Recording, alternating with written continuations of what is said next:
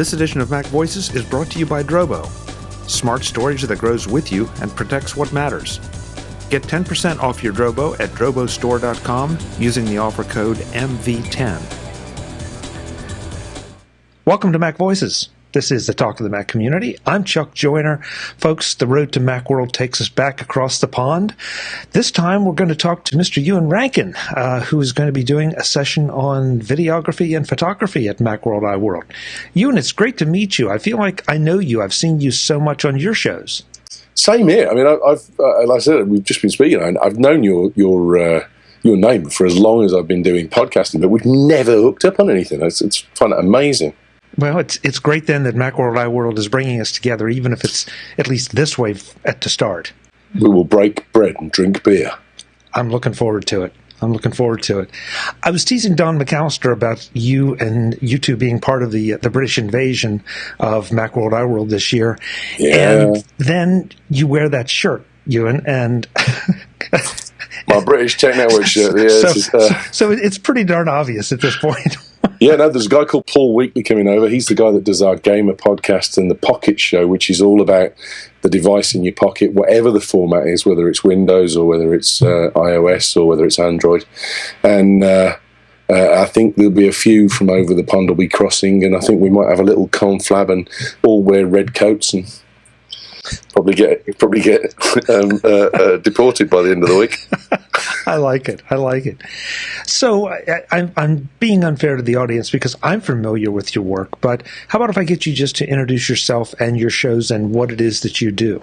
Well, we started off in 2008 doing the Bagel Tech. The daily news show started off, and then we went to the big show, and that kind of was the start of it. And then we had a name change, went to British Tech Network in April of 2 years ago, and we've been there ever since. And we've grown and grown and grown. We've got a media show, we've got a gamer podcast, we've got the Pocket Show, we've got an iOS show, a web show, and we've got the big show and the Mac show, which are the two stalwarts of the network as well. And get the bigger listenership. And we've got a great bunch of people that come around every week and just shoot the breeze. I mean, the thing we shoot for is the vibe is like mates down the pub. Just guys that you'd go down and you'd sit and you'd get yourself a couple of pints of beer and you'd sit and say, so did you see and what do you think? And there's no real holds on what people want to say. And I love your shows because you're right. They have that very friendly feel to them, that it's just a bunch of friends getting together and there's nothing terribly serious at times, and other times it's very serious, but it always works and it's always good. You can get pretty heated. I mean, you can do that in pub discussions as well. And I think the thing is that, unless you're in the chat room and unless you're on the panel, you're an eavesdropper on the conversation. And that's the way we kind of, Yeah. Right or wrong, that's the way it works. Well, it works. And before I forget it, the website where people can go to check out all the shows. BritishTechNetwork.com. Perfect. So having said that, you're doing a session, and I've got to read it to make sure I get it right, Maximizing OS X for Photography and Videography. Ian, this seems similar to what you just described with the British Tech Network, but I'm kind of surprised that you're doing that kind of dedicated session. What are your qualifications for that? I'm a professional photographer by trade. So there you go. I've been doing it since I was 17, so that makes me 30 years in the game now. And it's one of those things I've kind of come up through from the days when you'd shoot rolls of film and then you'd take them to a photo lab or you'd dev them yourself, and then all of the, if you're 35mm, go into strip cellophane wallets, and then you'd have to categorize those wallets by number, and there'd be a book in the library room that would have all of the images on. And I've never got away from that kind of structure really in my own mind, so I find the storage facilities for photographs anything but friendly. I don't think they store them particularly well. I get very, very upset at Aperture. I think it's half the application it could be.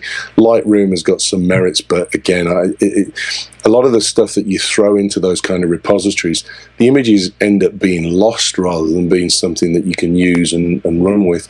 So I use a system of tagging, which I always had before from days working in analog, if you like, and I use smart folders, and I just cross-reference data that I've got from images, and I just thought people would enjoy that. And the other things as well, I've I've been let down severely by the dedicated manufacturers of software and cameras in the past. And iOS 10 has come back to save me on a couple of occasions. And I want to share that as well. And people don't tap into Automator as well, which frustrates me immensely, because Automator is a very simple application that's hugely powerful. And I just went to do a session that was about that, really, and I talked to Paul Kent about it, and he said, yeah, that'd be really good. So I think if you're a die-hard Aperture user, you're going to come and start throwing tomatoes at me. But if you're the kind of person that looks at Aperture and goes, do you know what? There is an awful lot missing from this application. Or if you look at iPhoto and go, it just doesn't cut it, or Lightroom doesn't do what I need it to do. It kind of is close, but I always get let down by that last 5%. Come and have a watch of the session. See what you can get out of what I've got to offer. Ian, I think a lot of us are confused or not fully don't fully appreciate what Aperture, iPhoto, Lightroom can do and what they can't do. And what I'm hearing from you is that I don't know how you feel about the editing and photo manipulation capabilities of which program, but I'm hearing that the archiving is the real problem. Yeah, I mean, I one of the things I find terribly bad is the reliance on the program, or the reliance on the technology to get you stuff that you should remember anyway. I can go back 30 years and I can tell you where I was, what room I was in, who was stood in front of me for every image that I've ever taken. And it's that it's kind of like I made a list, and the reason I made a list was because I forgot, and because I made a list, I forgot.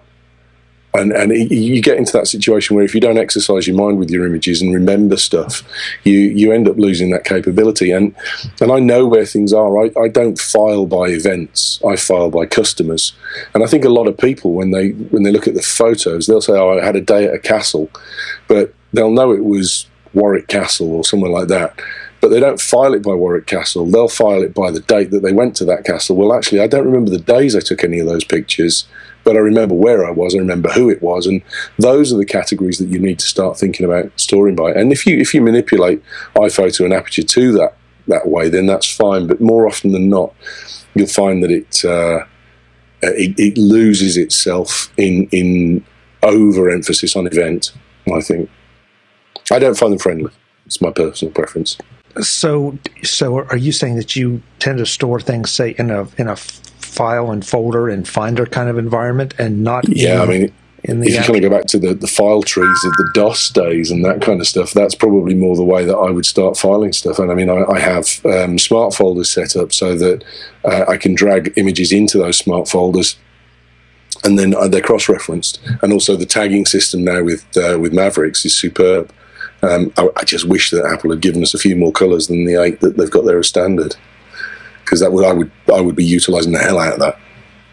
Maybe in the next version. Yeah, let's hoping. So this is really interesting. So who is this session for? Is this for professionals? Is this for semi-professionals, or is this for the guy that has that nightmare iPhoto library that he's been taking pictures for the last 5 years and really hasn't done any organization? I think there's no one going to get left behind with this. I mean, I'm not trying to cover all the bases, but file storage and retrieval is a ma and pa issue as well as a pro issue. And getting a bit smarter about the way that you store stuff and find stuff, it helps you with your backups, and it'll help you with your retrieval for processing. And then eventually, if you look at the tagging, allegedly, Apple's tagging system is subject to the open meta format, so it should send the tags away if you then start transmitting those images to stock image warehouse sites and those kind of things as well. So you can get fundamental tag information in there straight away. Do you have any concerns about adopting any particular method other than, say, a files and folders situation? Because we've all seen programs go away. We've had things cut right out from under us that we depended on, and then you've got a mess.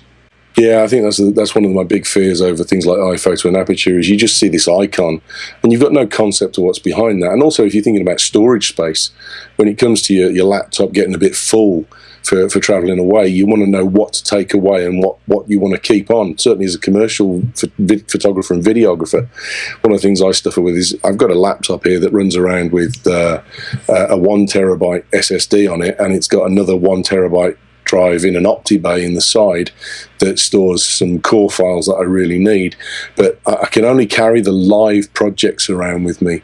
Then I've got to start carrying around Firewire drives or Thunderbolt drives to then kind of get that extra data that I need if I'm doing editing. But when I'm out on site, there's a finite amount I can put on this computer. So I need to be able to put stuff where I can chop and change and say, right, okay, today I'm going to this company, so therefore I can bring all of their files with me on this drive and then leave all the rest behind. Plus also then you've got the backup issue. In front of me I've got 3-4 terabyte drives that sit and store stuff, and 2 of them just constantly mirror off each other, so there's 2 sets of 2. Then I've got a fantastic little set of RAID systems here called the Tough Tick Duo. I got these from a guy called CNHO Technology, who support the podcast very nicely, a good friend and listener, and those have got little 2.5 drives in that are RAIDed together, RAID 1 or RAID 0, and I use those for transferring files to guys that do sub-editing for me, and also for carrying around an extra 2 terabytes using 2 or 1 terabyte SSDs in there. So I think if you start putting into iPhoto, Aperture, Lightroom, where you've got that icon and nothing showing behind that, you lose that flexibility to decide what you want and where you want it, and also it makes your backup process more cumbersome than it needs to be. I find using a file system and then a simple system like ChronoSync or something like that, I can specify what I want to back up, I can specify when it does it, I can set scheduling on it, whereas you can't do that. You know, it'll do one file or the other, and that's the end of it. But I don't like Aperture, and I've done like iPhoto. I've tried it, and I just constantly go away from it. The whole idea of having that iPhoto, that Aperture interface for all your photos, it's so seductive, and it's been implemented, I think, moderately well until we run into a guy like you, or until we get farther down the timeline and we've all acquired so many photos that we took with our digital cameras. More we had scanned in some of the paper photos that we all have shoe boxes full of, and now we're shooting more and more stuff with our iPhones or our mobile phones, wherever you happen to have. And so what was originally a good concept now is getting bogged down, because even with today's processors, it's kind of hard to keep up with those libraries. And then, like you said, backup storage, transportation, all become huge issues.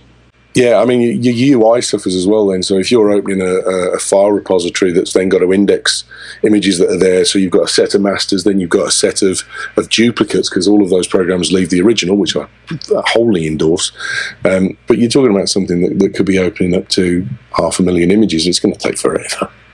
Whereas Finder just, it's there. And then I've got me tags down the left-hand side. I can instantly see a series of files, sorted by date, sorted by name, and you've got infinite variability in the way that you search for your own work. And you have that little issue of, at your level, and frankly, I think it's coming down to my level of shooting RAW and learning what to do with those, but also your storage requirements go dramatically up.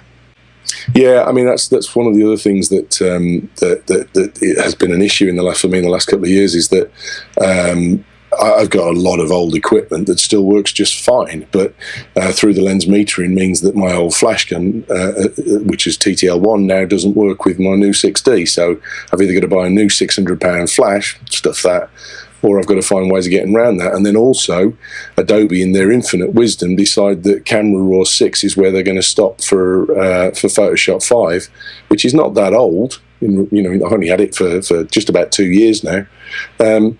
Why would you stop doing that? Because now I've got to have Camera Raw 7. Well, all of a sudden now I've got to have Photoshop 6 because Camera Raw 7 won't work on Photoshop 5. So now I've had to go to Adobe DNG converter and start converting all the files that I get into DNG before I can process them. So now it's even worse, because I'm storing a RAW file, I'm storing a DNG file, and then I'm storing a converted JPEG if needed. And there you go. There's your storage. Yeah. Okay, that's great. Everyone's going to point to me and go, well, iPhoto would cover that, and Aperture would cover that. Yes, it would, because it would keep up with the RAW conversion. But the thing is as well, a lot of people don't realise that Preview does that for you. And you can take a load of Camera Raw images, and you can open them and put them into Finder as files using Preview. You don't even have to touch any RAW converters. I did not know that. Preview is an application that is greatly underappreciated. There's so many things there to do. Absolutely huge. I mean, I've got a great story of Canon letting me down dreadfully when I was out on site with a corrupt SD card, and the thing that came to my rescue was Preview. Wow, it's a vastly powerful application. Yeah, so Preview can handle RAW. I did not know that. Yeah, Preview will open RAW like it opens a PDF or like it opens a JPEG. But the other thing you can do with it is batch process it so that you can import the RAW file. So if you've got a corrupt card, let's say what I had was I'd shot all day on my Canon, and I took the SD card out and I stuck it into my MacBook Pro, and the customer wanted some proofs at the end of that session. So I started to look to try and get it out, and all of a sudden, there's nothing's reading. The SD's not even in according to the MacBook. So I pull it out and put it back in again, and then it wants to initialize the disk. Oh no, let's stop. So I take it out. I tell you what I'll do. I'll get the camera and I'll link the camera direct to the MacBook with a lead, and then just stick it back in because it's reading just fine in the camera. So I plug the lead in, and it says nothing. Nothing will recognise it at all. None of the mainstream photo applications I've got will recognise it, and it won't recognise it in Finder. So I ring up Canon, and Canon tell me I have to have the original disc if I want to download the file that's going to work with my camera. But if I had the original disc, I wouldn't be on the phone to you. Doesn't matter, they're not going to give it me. So in the end, I just thought, I took a punt, and I thought, I wonder if I can open this in Preview. So I opened Preview. Preview saw the camera. Preview saw all the files. Preview imported all the files from the camera and put them in Finder for me as raw files. Wow, that's interesting. And there's another story, and we're not here to blast Canon because I have Canon gear, but I think all the camera manufacturers, all the image processing manufacturers have to understand that we all can't upgrade our gear and even our software every 12 months. I mean, even the pros can't do that. They just can't afford to. I think it depends on what it is that you've got and the frequency that you use it. I mean, I carry around the little 1.8 50mm lens, and if I shoot stills, I'll probably make 60% of the money I make each year I'll make with that lens in my hand, and I've got two of them regularly because you could guarantee every 6 months I'll break one and I have to throw it in a skip when I'm leaving site, and that's the kind of stuff that you've got to work in as being your expendable item, if you like. But I've got some big pull push lenses and things like that they won't autofocus anymore because Canon have decided that they don't want to start transmitting the data. And as I said, the issues with the flashes are something that I found quite repugnant. That you talk about what does TTL take in terms of memory? 10 kilobytes, 100 kilobytes at most of information, and yet they walk away from TTL1 support with all of the new cameras. So if you've got a TTL1 flash, it won't work anymore. This edition of MacVoices is brought to you by Drobo, smart storage that grows with you and protects what matters. Get 10% off your Drobo at drobostore.com using the offer code MV10. Today I want to talk about my favorite Drobo, the Drobo 5D. The 5D comes with both USB 3.0 and Thunderbolt connections, and it is FAST fast. USB 3.0 is great, but Thunderbolt puts the 5D in a class by itself. As you might guess, I'm editing a lot of video. No, I'm not a professional editor, but when you start putting together a video show with 4 different guests, then add a combined shot, you're effectively managing 8 video tracks at once. When encoded as ProRes, each stream runs around 18 to 20 gigs or so. By most standards, that's a lot of data to work with. The Drobo 5N lets me work faster and smoother than ever before.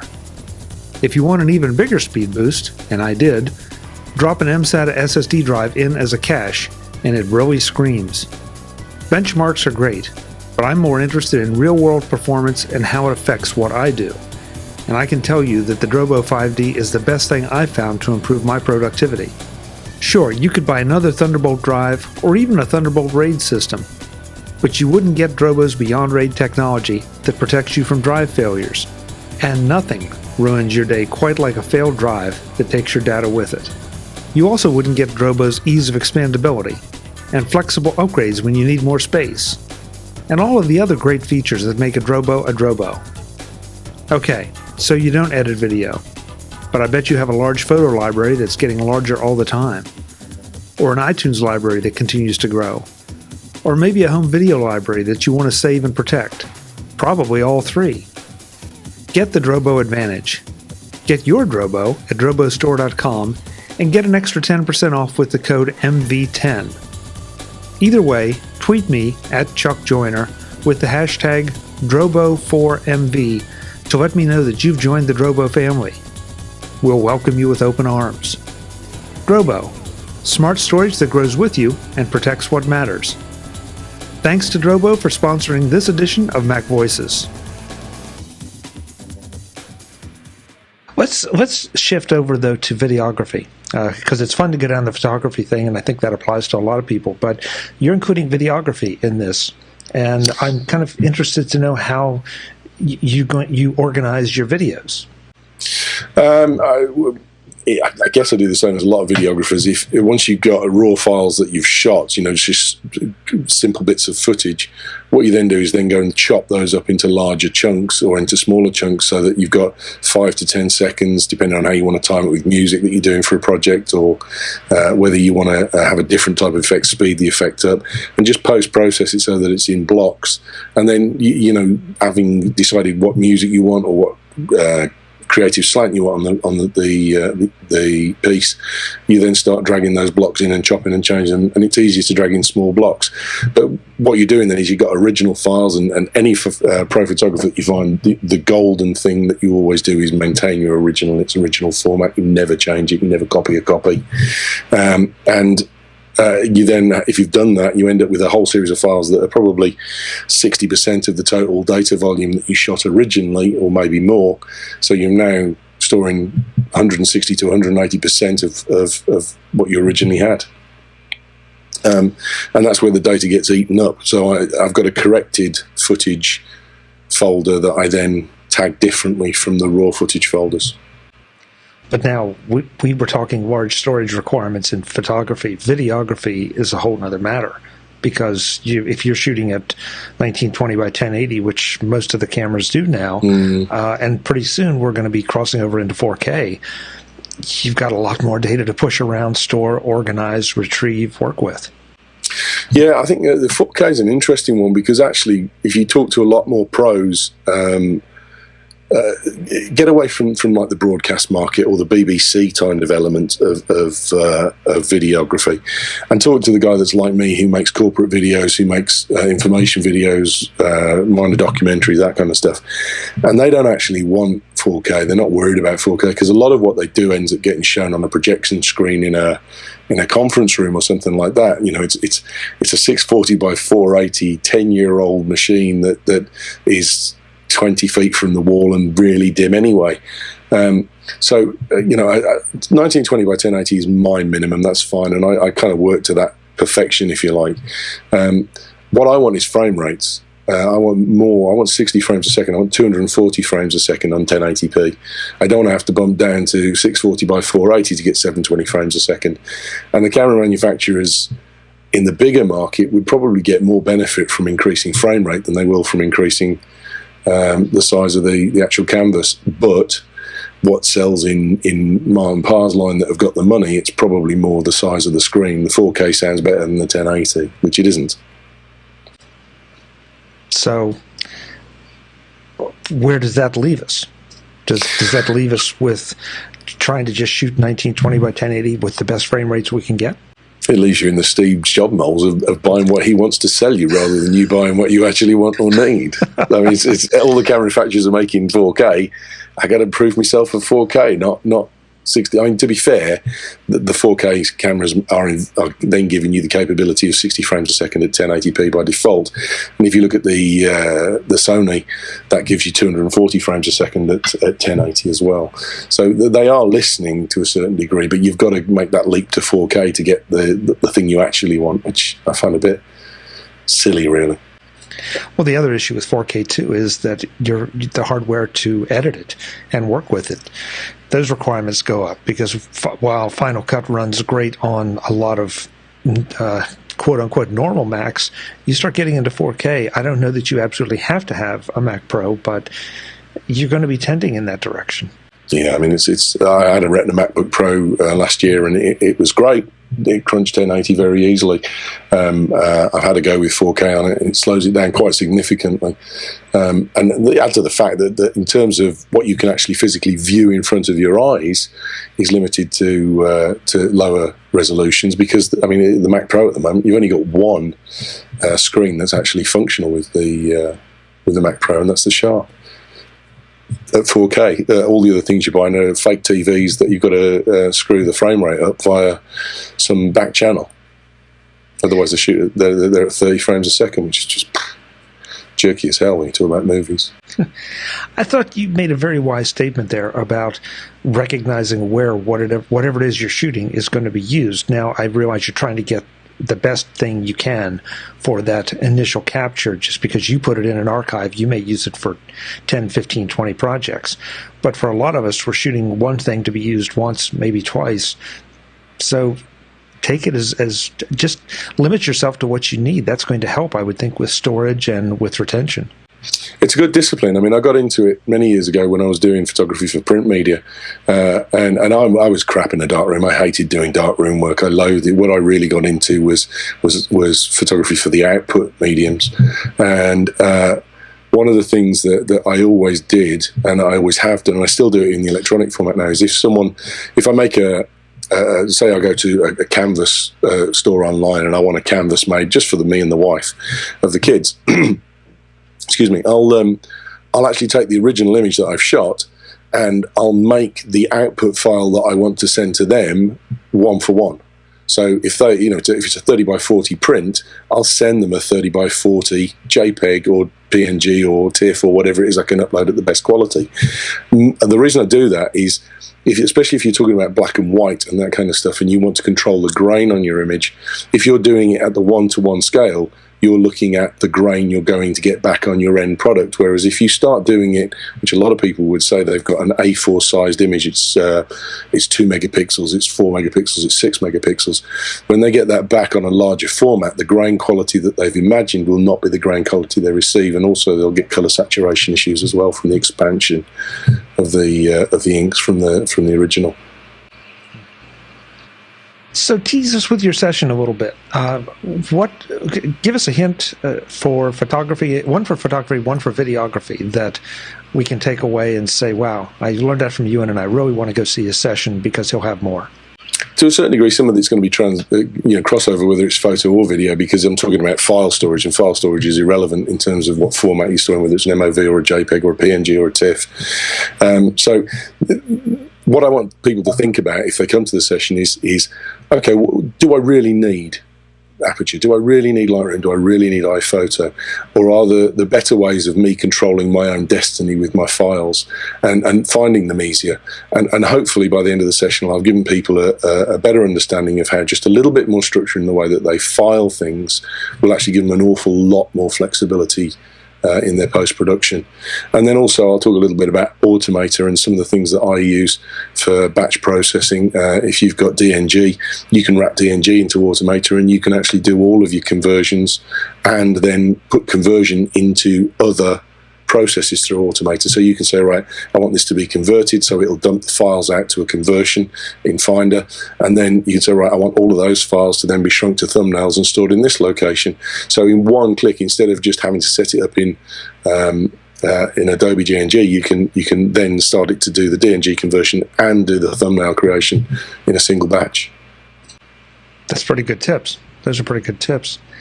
I wanted to make sure I touched on one other thing that we were talking about, all the storage requirements and all. Do you have any tips? Do you have any feelings about some of the online storage services? And I don't mean the backup services, but Flickr, SmugMug. I'm not quite sure if you have anything native to the UK, but those kind of online services that you can send your photos to, and they ostensibly retain them, print them for you, do whatever.